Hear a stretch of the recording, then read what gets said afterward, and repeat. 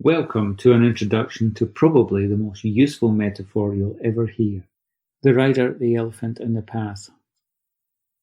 A great many of my clients are leading change in their organizations, and I keep this metaphor in mind whenever I'm working with change.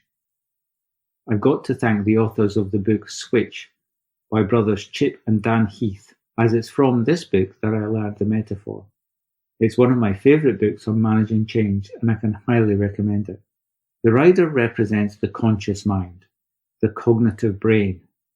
In neuroscience terms, our cognitive function resides in the medial prefrontal cortex, and this is a remarkably small part of the brain with limited processing power. It's the part of the brain we use for anything cognitive like strategy work, negotiating deals, planning, or doing forecasts. Most of the time we go around thinking the rider is fully in charge, but the rider is sitting atop an elephant, a massive and incredibly powerful animal. The elephant represents our unconscious mind and our emotional self. And an elephant is a great metaphor because the emotional and unconscious mind is incredibly powerful, much more powerful than the conscious mind. Researchers have estimated the processing power of the conscious mind as 70 to 90 kilobits per second, and the unconscious mind at 20 to 30 megabits per second. The unconscious mind is processing all of the data that's coming in through all of your senses all of the time. But a part of the lower brain prevents this coming to your attention until it's needed. The main point here is that we think we're in charge, but we're really not fully in charge.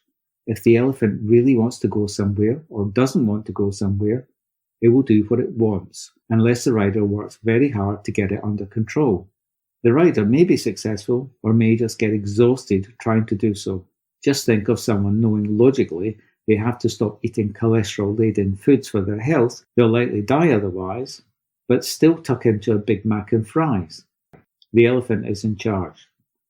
So in any change environment, we have to work with the elephants as well as the riders. But the rider and the elephant are not in isolation. They have to travel through the environment, and that's the path. And the path can have incredibly powerful effects on the elephant that the rider can be totally unaware of.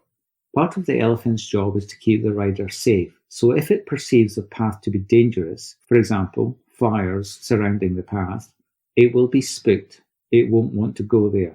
The rider will be completely knocked off track, or if the threats are perceived as less dangerous, just stressful, will exhaust themselves trying to force the elephant down a path it perceives as threatening. So in order for the rider to succeed, to perform at their best, then they need alignment with their elephant. At a baseline level, we need the elephants to feel safe, but we may want them to be in another emotional state, like enthused and energetic. But whatever the positive state we achieve with the elephant to suit the rider's goals, we need to remember to create a path that encourages this state in the elephant. This is the leader's role, to create the environment within which their people can thrive and, of course, deliver. The path is often the critical thing that is being missed because we are so focused on the rider. We forget the elephant, and of utmost importance, we forget the path. This is well illustrated by a simple experiment carried out at Newcastle University. Each week in the departmental coffee room, the researchers put up a new price list. Prices were unchanged, but each week there was a photocopied picture at the top of the list of either flowers or the eyes of real faces. The faces varied, but the eyes always looked directly at the observer. In the weeks with eyes on the list, staff paid 2.76 times more for their drinks compared to the weeks with flowers on the price list.